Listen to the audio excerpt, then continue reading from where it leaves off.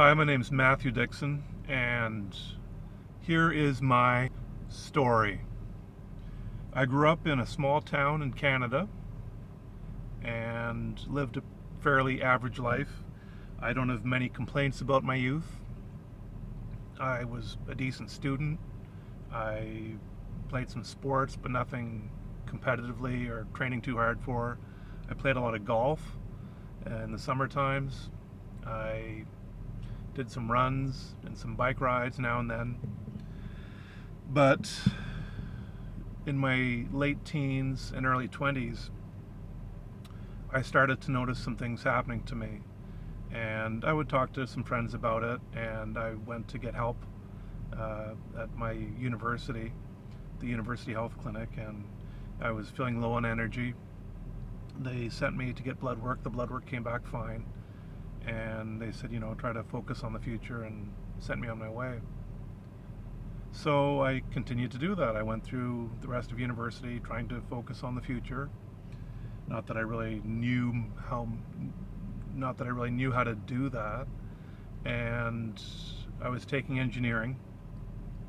I didn't totally enjoy engineering halfway through it, and I thought, well, I really don't know what to do. So I decided to I was smart, but I was drifting. I was doing stuff. I was getting an engineering degree. I was doing something. Part of me wished I'd take time off to travel the world before I decided to settle down on a career choice and spending money on education to do that. But I did get a bit of a break. In the middle of engineering, I decided to bicycle across Canada. It was a group that did it they bike across Canada every summer. And that put a lot of oomph in my sails, and it gave me some confidence. But the disease, which was going to hit at the end of university, schizophrenia, was slowly sinking in throughout my university years. Each year I could sort of notice some other symptoms coming on, but I could still do stuff. I was going to school, getting mostly A's. I biked across Canada feeling not the best, and I was living independently, feeding myself, but I just was noticing some things in my brain and my head, that just weren't normal for me. So I was impaired, but I could still function fairly well. But when the disease hit, it hit hard. One day you're kind of muddling through life, and the next you're curled up in a ball, shaking, not knowing whether you're going to live or die from one moment to the next. It is sheer terror. And the pain, the physical pain, the anxiety in me was like a machete. People talk about butterflies in your stomach. I yearned for something as simple as butterflies in my stomach. It felt like I had a machete stuck right through my chest, and somebody was on the handle grinding it into me all day long. It was awful. Awful. And no one says, Matthew, you've got this grade or this class of schizophrenia, which means you'll get better in X number of months or years. There's a lot of unknown with it, and I didn't know if I would ever get better. I didn't know if I did get better, how long that might take. So you feel very helpless too. There are things you can do. I got on a medication. I stayed on it, and I was thankful for that. I know a lot of people don't want to take the medication, and I can understand that. I was 22. I'm so used to taking a pill now for my medication. I'm so used to that. But in the early years, it was tough. Like, really, it felt like a ball and chain to that medication. Really, I'm stuck on a pill now. I'm guessing people with diabetes, when they have to go on insulin and whatnot, they might go through something similar. But after a while, you get used to it. And as much as I did not want to be on, as much as I didn't want to have to take my medication, at the same time I yearned to get it into me, because I knew it was one of the few things that I could do to make me better. And it worked. It worked glacially slowly. I noticed one small improvement in my health, my thinking, my feelings, once a week, every single year. And years and years went by, and I got diagnosed at 22, and I'm 48 now. It's 2020, and in about the last 2 years, 2018, I started to have some feelings of peace and contentment come through me. And in the last 2 years, those feelings of peace and contentment have come on more often and for longer periods of time.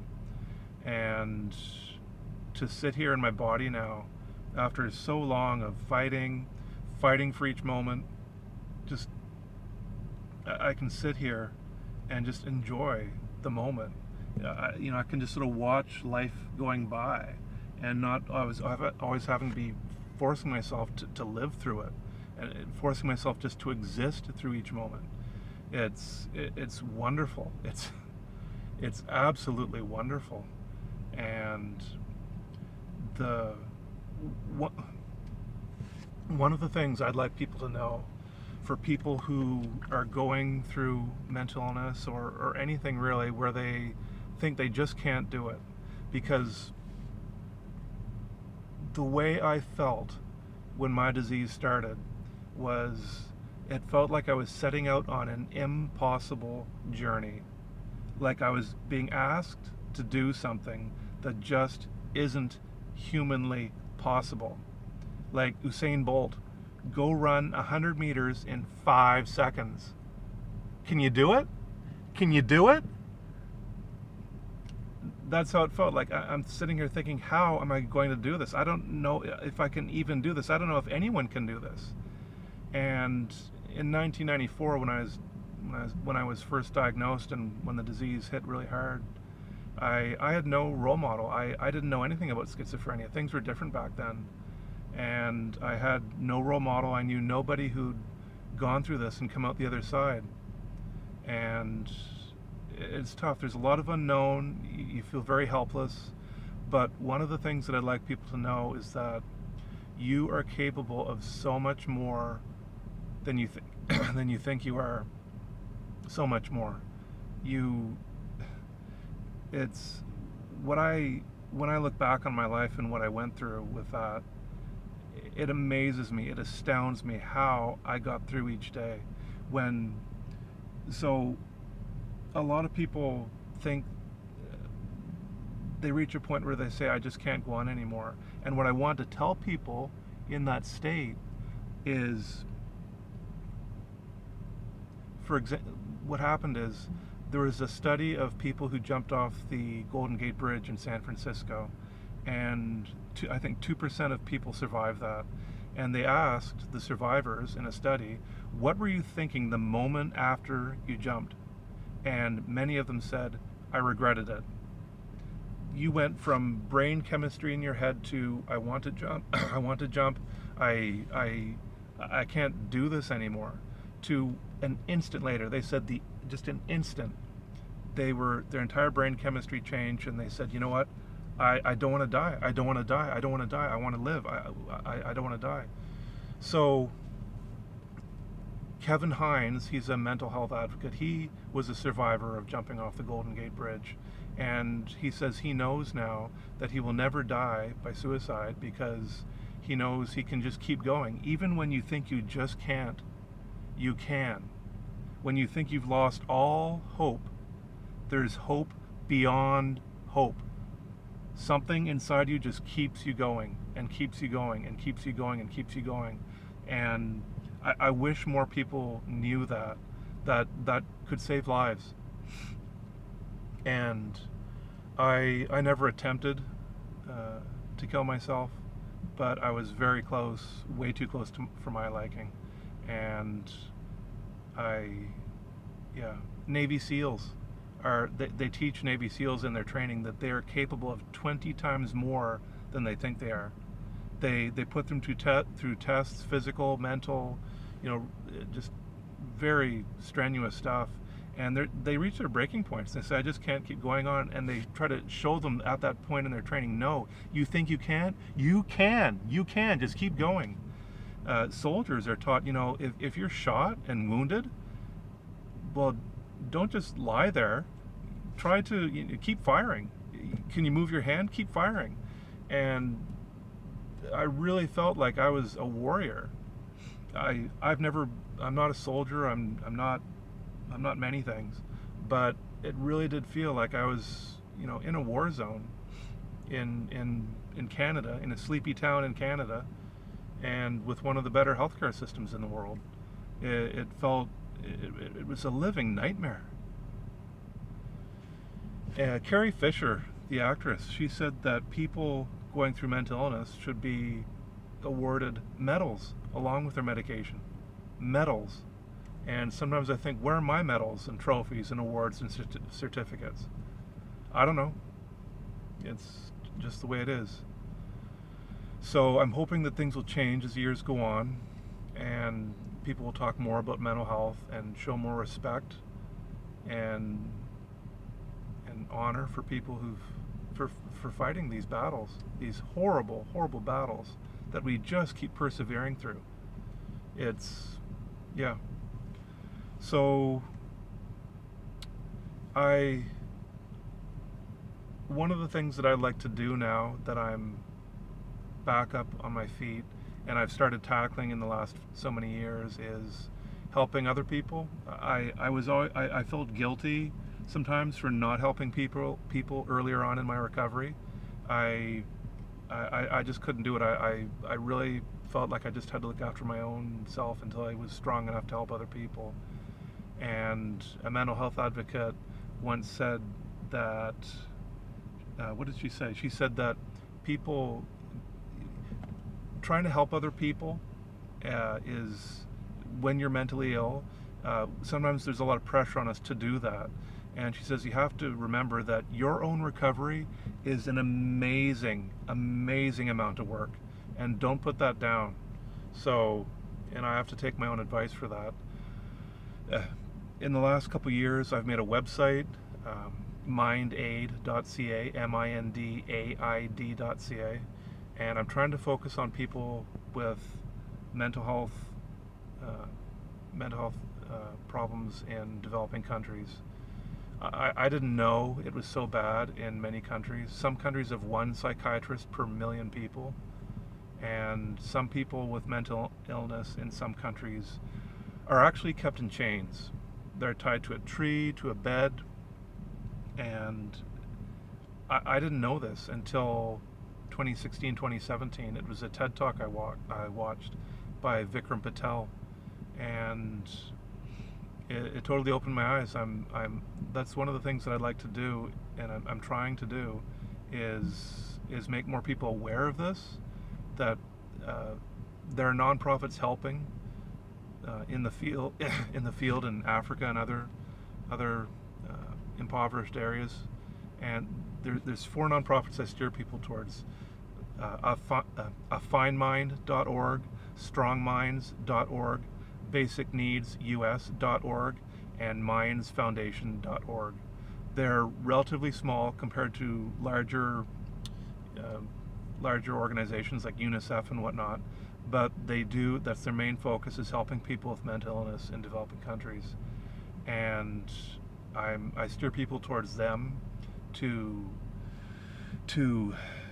they're doing work in the field. I'm in the beginning stages of this. One of the things I'm trying to do is make people aware that this is actually a problem. Most of the people I talk to, I'd say 2/3, 3/4 of the people I've talked to in the last few years, when I say things like some countries have one psychiatrist per million people, they go like, really? I didn't know that. And I'm like, yeah, I didn't know that either. It wasn't spelled out for me. It's a simple concept, and it's it's not too hard to understand. Like, it's if they don't have clean water, we get that. If they don't have a school, we get that. We can build them a school. We can buy them a goat and things like that. Microcredit, we've heard of these things. Mosquito bed nets. But yeah, so when I tell people about it, it just takes about, I don't know, 30 seconds or so for me to get the main points out. And they go, really? So what I'm trying to do, I kind of feel a bit like Johnny Appleseed, just sort of spreading seeds around, saying, look, there's a problem here. And I believe that if everybody knew about this, if this was mainstream conversation, that so many people would want to help in some way, whether it's just telling other people about it, which is free to do, or sending $10 in the mail or PayPal, whatever, donating to the, for example, one of those for nonprofit sites, or to starting their own nonprofit to help with the cause. And I, yeah, yeah. So that's kind of my main focus. I believe this is my calling. I kind of feel pushed into this calling, I'll be honest. Some people feel pulled into their calling. This is more pushing me. I didn't want to get mentally ill. I didn't want to. I was pushed into that. And I've been given some good public speaking abilities for what I've been through, and I'm trying to use those. And it's sort of, I feel like I'm being pushed into this, but I also know that this is still fresh. Recovering from my disease is still fresh in me. I'm sort of in the fine-tuning, tweaking out things in my mind these days. I'm over the bulk, the bigger changes, and I'm sort of in the settling out mode, sort of like in the debriefing phase after like an incident, traumatic incident or something. I'm like, what happened? Where do we go from here? And yeah, I'm in the sort of gathering of where I came from and where do I go to move on. And I've taken some steps towards that in the last few years. Like I've got a website. I'm on YouTube, and I'm on Facebook and LinkedIn, and I'm tackling what I feel is okay for me. Like my whole disease, I had to pace myself. I couldn't take on too much at a time. I didn't want to force myself to get stressed out, and I'm planning to take that same approach through my advocacy work here, pushing myself but not pushing myself too hard. Marnie McBean, the Canadian Olympic rower, uses the phrase comfortably uncomfortable. Go out of your comfort zone, but don't go too far outside of your comfort zone. Be sort of in your comfortable range of uncomfortable. It's easier than taking giant steps and falling flat in your face. So yeah, I'm very happy about where I am these days. Incredibly happy. I didn't know if I'd ever get through this, and for some reason I have. I've made it out the other side, and yeah, I did it. I actually did it. And maybe you can too.